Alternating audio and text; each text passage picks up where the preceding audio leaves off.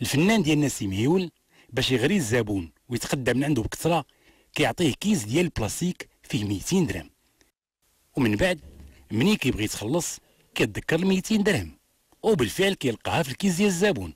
تبعوا معنا. انت مريض ولا مالك؟ راه علاش كتحاول تهضر؟ اخويا قرب لي هذوك، قرب لي هذ الميكاتر، قرب.